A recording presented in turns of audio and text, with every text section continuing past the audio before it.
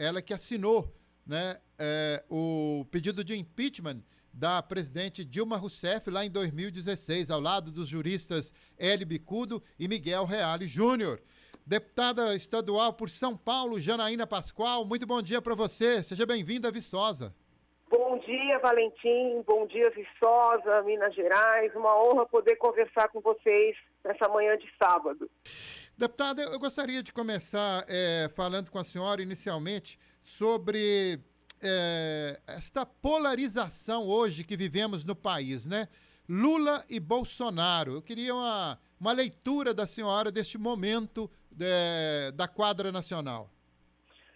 Então, eu acho que ainda é cedo para a gente se conformar com essa dualidade, né? Eu tenho falado que, obviamente, se no segundo turno nós tivermos esse contexto, que eu vou apoiar o Bolsonaro, porque até pela minha história, tudo que eu sempre, infelizmente, vi, né, na administração petista, no totalitarismo petista, eu não tenho como votar no PT, né? Mas, assim, eu ainda acredito que nós temos condições de construir um caminho do meio. Há um mês, mais ou menos, inclusive, eu comecei a assistir as entrevistas do governador Zema, por achar que é uma pessoa mais ponderada no cenário político, entendeu? Nunca vejo o governador atacando ninguém de uma maneira, assim, gratuita, né? Como a gente vê outros governadores fazerem. Então, eu comecei a pegar as entrevistas dele.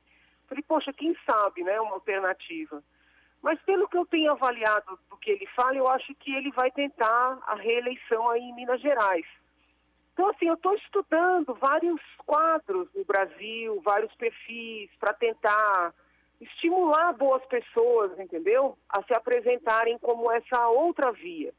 Eu acho que essa dualização, essa polarização, ela empobrece muito o cenário nacional, tanto na política, como na economia, como na educação, entendeu? E acaba deixando o brasileiro, né, nessa situação difícil, porque o presidente é, na minha leitura, melhor, né? O governo Bolsonaro é muito melhor do que o governo petista, os valores, né, que os ministros, os secretários nacionais do governo Bolsonaro defendem, tem muito mais a ver com os meus, a proteção da vida, não legalização do aborto, não legalização de venda de drogas. Então, assim, eu tenho mais identidade com esses princípios todos.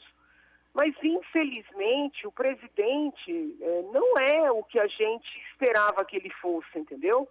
Então, eu ainda acho que é cedo para a gente se conformar, né? Ou é Lula ou é Bolsonaro. Eu ainda acho que dá para procurar algo melhor. Perfeito. Bom, então a senhora está na expectativa de que surja uma terceira via, é isso?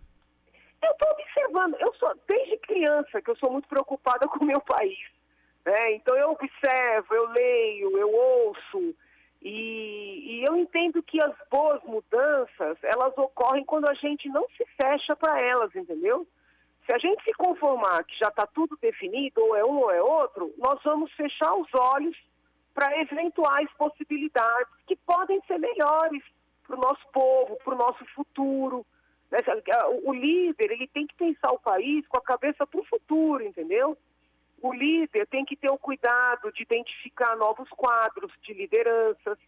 E o Brasil, né, a política no Brasil é uma política muito imediatista. O cidadão faz os seus atos durante o mandato, já pensando na reeleição. Os caciques dos partidos, no lugar de procurarem sucessores, né, jovens promissores, eles querem manter o seu poder, entendeu? Como se eles não fossem mortais. Então, a minha ideia, né, desde pequenininha, é tentar mudar essa mentalidade imperante, né, na nossa nação.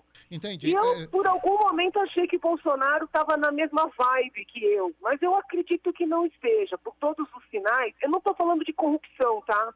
Eu não vejo corrupção no governo do presidente, não vejo. Mas é esse pensamento de estadista que falta.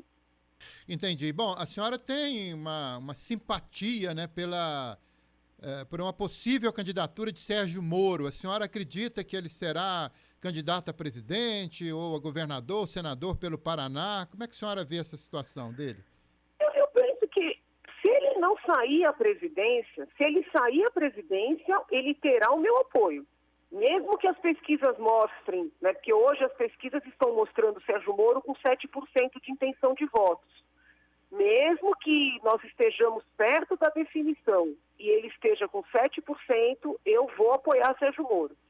Porque ele representa, né, tudo pelo que eu lutei, né, com impeachment, com o meu trabalho acadêmico, com o meu trabalho advocatício, ao longo da minha vida, entendeu? Então eu prefiro apostar em algo novo do que me conformar com o que já tem aí e que não está bom.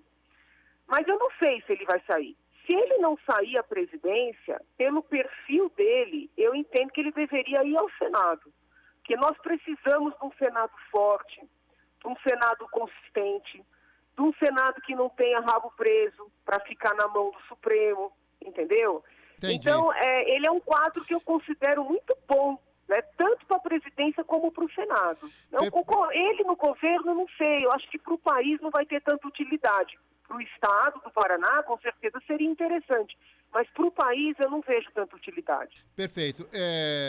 Alguns nomes estão surgindo, né? O próprio, aquele comediante Danilo Gentili, aquele outro apresentador lá, o Luciano Huck, enfim. Queria muito rapidamente, objetivamente, falar sobre esses nomes, deputada Janaína Pascoal. Agora, o seguinte, se Ciro Gomes vier a ser candidato, entre Ciro e Bolsonaro, a senhora ficaria com Ciro? O problema eu não sei se a gente chama ministro ou senador, né, mas do ministro Ciro é que ele é muito alinhado com a esquerda, entendeu? Então, assim, eu não tenho nada contra a pessoa dele, mas ele é muito alinhado com a esquerda. E eu não sou da esquerda. Onde está a esquerda, eu estou do outro lado. E não tem nada a ver com programas sociais, tá? Eu sou uma pessoa muito preocupada com o social. O que a senhora chama de esquerda... Como é que é? A esquerda ao contrário? Então, peraí. Se você pegar qualquer país que a ideologia é esquerdista, entendeu? Esse país é uma ditadura. Então, qualquer país cuja ideologia seja o marxismo, seja o comunismo, ele é uma ditadura. E eu tenho horror a ditaduras. Eu gosto que as pessoas tenham liberdade de falar, liberdade de escrever, ainda que seja para me xingar. Mas eu tenho como um valor essa liberdade, entendeu? Então, eu não tenho nenhum tipo de proximidade com o esquerdista. Eu fico um pouco preocupada com a situação do potencial candidato Ciro Gomes, porque ele flerta muito, né, com Lula, fala-se até numa chapa conjunta. Então, eu tenho uma tendência de rejeitar o que está à esquerda, entendeu? Entendi. Agora, a campanha está começando. Danilo Gentili é um jovem muito inteligente, mas não sei, até se for um preconceito meu, peço desculpas antecipadas. Mas eu vejo a candidatura dele mais como uma candidatura de protesto, entendeu? Eu não votaria nele, com todo respeito. Me parece, assim, um jovem irreverente, que se posiciona. E eu o respeito, né, como um influenciador, como um artista, vamos dizer assim. Mas eu não vejo, né, condições para presidir a República. Salvo se ele agora for ser deputado, entrar na política, fizer uma carreira, entendeu? Não dá para você sair do Twitter e entrar na presidência da República. Né? Perfeito. Com relação ao Luciano Huck, ele pelo que eu observo, ele tem uma agenda que não é a minha. Né? Ele flerta com todas essas bandeiras de uma esquerda light, entendeu?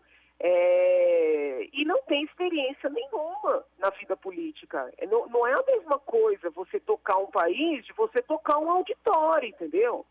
Até outro dia eu me manifestei, eu falei, poxa, se ele tem vontade de entrar na política e ele diz que ama tanto o Rio de Janeiro, por que ele não sai a governador do Rio? Porque assim, o cidadão que der jeito no Rio de Janeiro dá jeito em qualquer lugar, entendeu? Então, poxa, mostra serviço primeiro e depois vai para a presidência da República. Então eu não voto no Luciano Huck, entendeu? Não é contra a pessoa dele, mas a gente tem que saber o que ele faz quando é... Uma coisa é um programa de TV, né? E outra, o programa de TV que ele apresenta, por exemplo, da Atena, é um apresentador de um programa de TV, mas ele trata de política, ele discute com políticos, é um programa mais jornalístico. Do Luciano Huck é entretenimento e só, entendeu? Não, eu peço desculpa se eu estiver sendo preconceituosa, mas eu estou falando o que eu penso. Na medida em que você, Valentim, está me perguntando, eu estou falando o que eu penso. Eu acho demais a pessoa querer sair de um programa de auditório para ser presidente da República. Perfeito. Deputada Janaína Pascoal, a senhora falou que é uma democrata, né? Tem maior apreço pela democracia, não é? Acho que aqui vale até a pena a gente repetir Ulisses Guimarães, né? Quando da promulgação da Carta Política de 88, que ele disse, né? Traidor da Constituição é traidor da pátria. E ele disse, abre aspas, tenho ódio e nojo da ditadura, não é? Como é que a senhora vê esses movimentos do governo sempre flertando aí com atos antidemocráticos, né? Fechamento do STF, do Congresso Nacional, né? Até com uma certa aquiescência da presidência da República. Como é que a senhora avalia isso? Isso é arroubo do presidente? Eu não entendi sua última frase. A senhora avalia que são arroubos do presidente, essas falas? Eu acho que o presidente, ele próprio não tem esse pensamento. Hoje eu não tenho mais contato com o presidente, mas durante a campanha eu tive muito contato com o presidente. E eu não vejo nele, entendeu, esse perfil autoritário, ditatorial, um desejo, né, de aniquilar as instituições. Eu não vejo isso nele.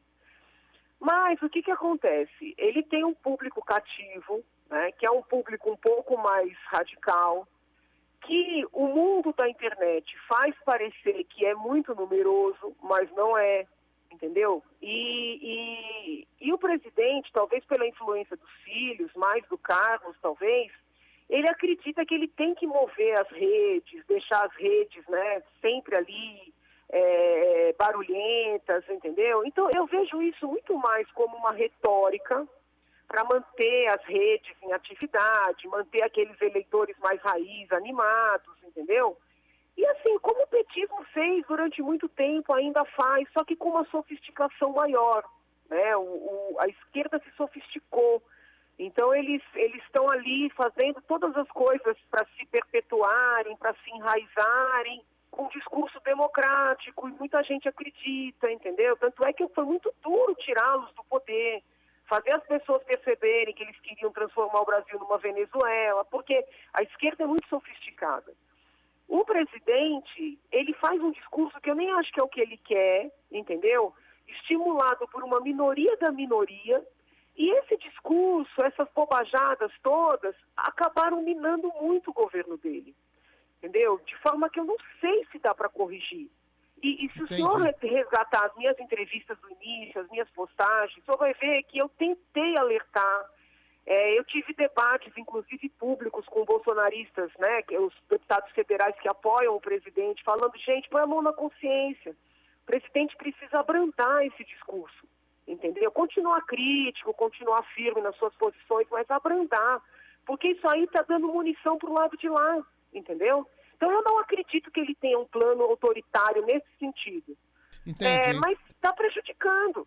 Né? Agora, quando o povo vai para a rua com placa, fechar o Congresso, fechar o Supremo, a gente tem que ter o cuidado de entender que às vezes a pessoa não sabe se comunicar, não sabe, né, como expressar, mas isso mostra um descontentamento que eu considero legítimo, tá? Quero deixar isso bem claro. Sou contra qualquer tipo de fechamento, qualquer tipo de afronta a qualquer instituição. Mas o descontentamento da população para com o Congresso e, em especial, para com o Supremo, é um descontentamento legítimo. O problema é que a pessoa, às vezes, pela falta de orientação, pela falta de preparo, pela emoção, expressa esse descontentamento de uma maneira exagerada, entendeu? mas é legítimo, né? Veja, de ontem para hoje, o ministro Fachin deu uma decisão proibindo a Polícia Federal de investigar fatos que foram narrados pelo ex-governador do Rio, Cabral, relativamente ao ministro Dias Toffoli. Veja, não é que eu esteja afirmando que o ex-governador falou a verdade, que o ministro tenha feito qualquer coisa errada, mas, meu Deus do céu, quando você proíbe uma apuração, né, você está colocando que aquela corte, aqueles ministros são intocáveis. No dia seguinte, o Procurador-Geral da República sugere que o Procurador da República, Delagnol, seja punido por ter criticado o Supremo. Há cerca de um ano e pouco para cá, o Supremo vem instaurando inquéritos sem nenhum fundamento jurídico, né, para apurar, para fiscalizar, para investigar pessoas que fazem críticas ao próprio Supremo. Então, é um contexto assustador. Tem decisões também a favor do Flávio Bolsonaro com relação à apuração lá do Rio de Janeiro, envolvendo as chamadas rachadinhas, né, deputado? Então, complicado, veja bem, numa república, deixa eu tentar explicar. A gente tem que tomar cuidado com denúncias, porque às vezes as pessoas fazem denúncias para prejudicar quem está fazendo a coisa certa, entendeu? Para perseguir. Então, a gente tem que tomar cuidado e não tomar qualquer denúncia como verdade absoluta. Mas a gente não pode blindar pessoas, entende? É ministro do Supremo, então tudo que faz está certo. Não, é presidente da República, é presidente do Senado. Não, a gente não pode demonizar nem endeusar pessoas, porque senão não é república, né? Exatamente. A república pressupõe igualdade. Bom, são 11 horas e 21 minutos, você está na Montanha Viçosa, nós estamos conversando com a deputada estadual mais votada do país, foram mais de 2 milhões de votos, a professora Janaína Pascoal, professora da USP. Deputada, como é que a senhora está avaliando os trabalhos da CPI da Covid? Não é? Já dá para ter dá para a gente já fazer alguma avaliação, alguma conclusão, ou ainda está muito cedo? Olha, eu vou falar uma coisa aqui, que eu posso até magoar alguém, mas é o que eu penso, tá? Para mim, aquela CPI não tem fundamento nenhum. Aquela CPI é um gasto de tempo, de dinheiro público, de recurso público. Eu jamais teria instalado aquela CPI, entendeu? Não vejo crime por parte do presidente, não concordo com a maneira como ele se comporta, né? Ele não usa máscara, estimular a não usar máscara, as aglomerações, acho tudo absurdo, entendeu? Mas daí a dizer que é crime, daí a dizer que ele matou 430 mil pessoas, é tão absurdo, né, que esbarra no ridículo, entendeu? Então vê ali o senador Renan Calheiros, né, posando de virgem, desculpa a expressão grosseira, e a grande imprensa dizendo que os bolsonaristas querem desmerecer o senador Renan. Eu não sei, gente, para mim aquilo ali é um nonsense, entendeu? Nonsense total. Né? E tão absurdo que eu não consigo compreender como o AGU entra com habeas corpus para o ex-ministro ficar calado. Quando você toma esse tipo de postura, você está, na verdade, legitimando, né, aquele nonsense todo, entendeu? Então, eu acho que é uma perda de tempo, perda de dinheiro. A doença é grave, mas a doença é nova no mundo. Então, ninguém sabe ao certo qual é a melhor abordagem. Mas não vale a pena investigar, deputada? Mas a minha pergunta, Valentim, estão investigando o quê? Eu li que eles estão pegando todas as frases do presidente. Que o presidente no início falou que era uma gripezinha. Isso é crime?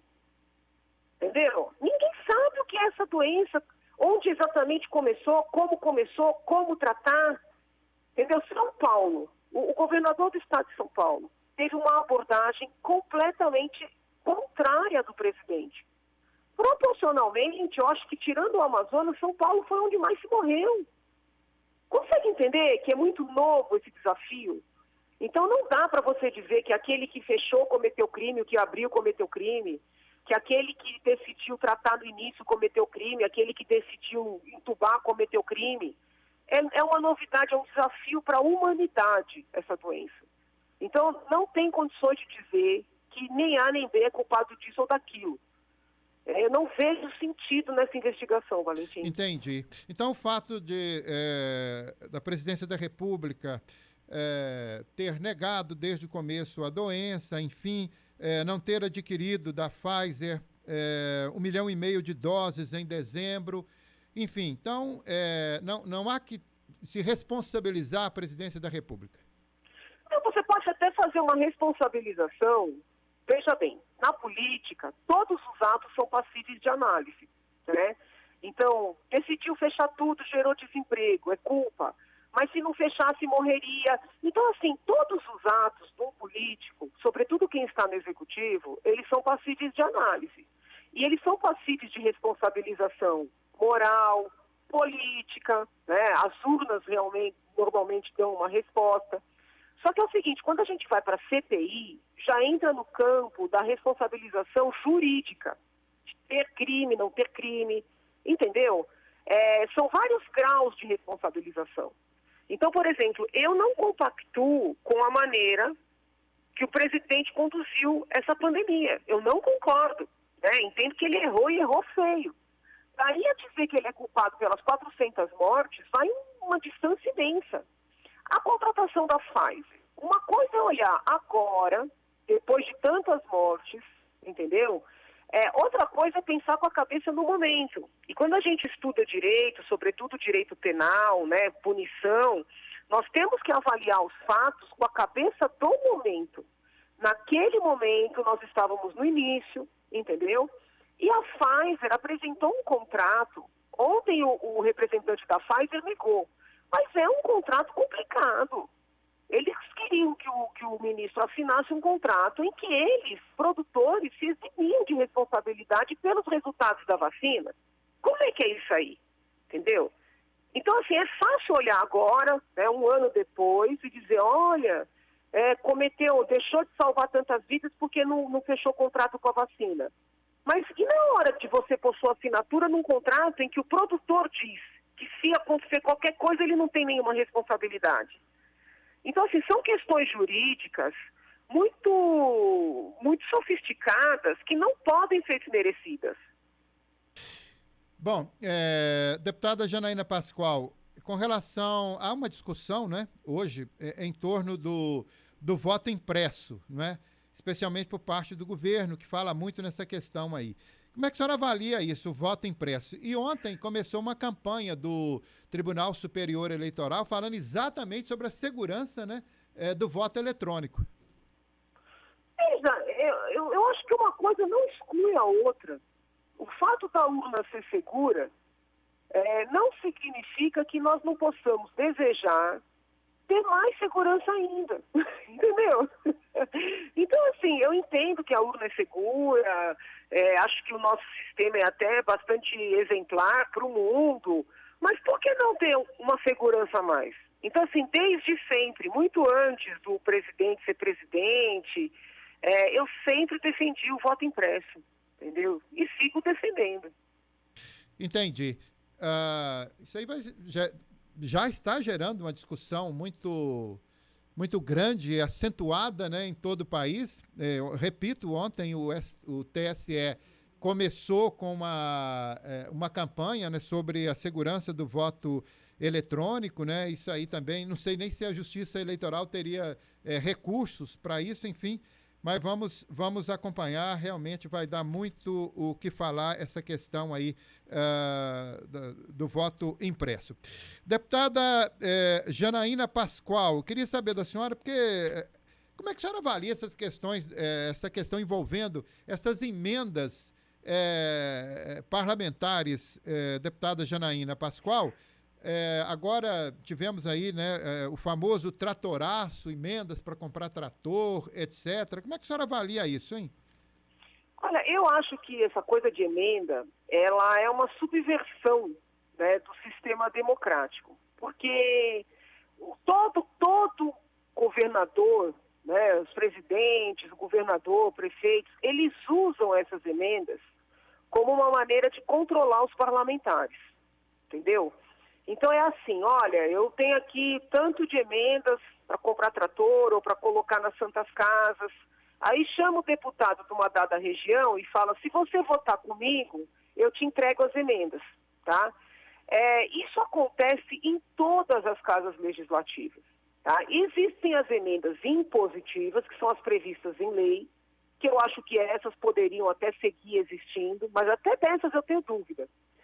E existem umas tais emendas, né, que o pessoal deu o nome de voluntárias, que são justamente essas emendas que o governante usa para controlar o legislador, os membros do legislativo. Aqui em São Paulo, entendeu? Isso aí acontece o tempo inteiro, mas o tempo inteiro. Então, assim, eu acho graça quando eu vejo políticos contrários ao presidente criticando, sendo que nos estados eles fazem, entendeu? Então, assim, primeiro ponto, tem que deixar bem claro para a população que essa coisa do tratoraço ou das emendas voluntárias não tem nada a ver com o mensalão, hein? O povo fala que é mensalão, não é. No mensalão, havia mala de dinheiro para o parlamentar. Podem resgatar aí as investigações, o julgamento do Supremo, entendeu? Era mala de dinheiro para a pessoa do parlamentar. Essas tais emendas voluntárias, tratoraço, nome que se dê, são verbas que o parlamentar vai ter direito de indicar para a sua cidade, para o seu estado, para a Santa Casa, tal, entendeu? Então, o governador chega para o parlamentar e fala assim, ó, ou você vota no que eu estou pedindo, ou não vai dinheiro para a sua Santa Casa. E, em regra, os parlamentares aceitam. Isso é a regra, né? Por isso que, assim que eu tomei posse, eu já deixei claro que eu não aceito emenda voluntária. Eu não aceito. Por quê? Porque eu preciso ter tranquilidade para votar conforme a minha consciência, sim no que for bom, não no que for ruim, entendeu? E trabalhar com o regimento da casa para melhorar os projetos mais ou menos. Mas assim, a gente tem que ter a dignidade de falar a verdade. E isso que está acontecendo no Congresso acontece em todas as casas legislativas do país. Então, se o presidente tem culpa, os governadores também têm. Perfeito. A questão que se coloca é que não existem recursos e tal, mas, né, de repente aparece um volume desse de recursos para emendas parlamentares. Né? São Paulo é a mesma coisa. As emendas impositivas de 2019, que são as previstas em lei, ainda não foram pagas. Mas aparece dinheiro, não sei de onde, para pagar as voluntárias, que são esses tratoraços, entendeu? Então, assim, o problema está em todo lugar. O melhor era proibir de vez essas tais emendas. Proíbe. Bem, são 11h32. Uma última questão, deputada Janaína Pascoal, até para liberar a senhora, eu sei que tem um compromisso agora, né?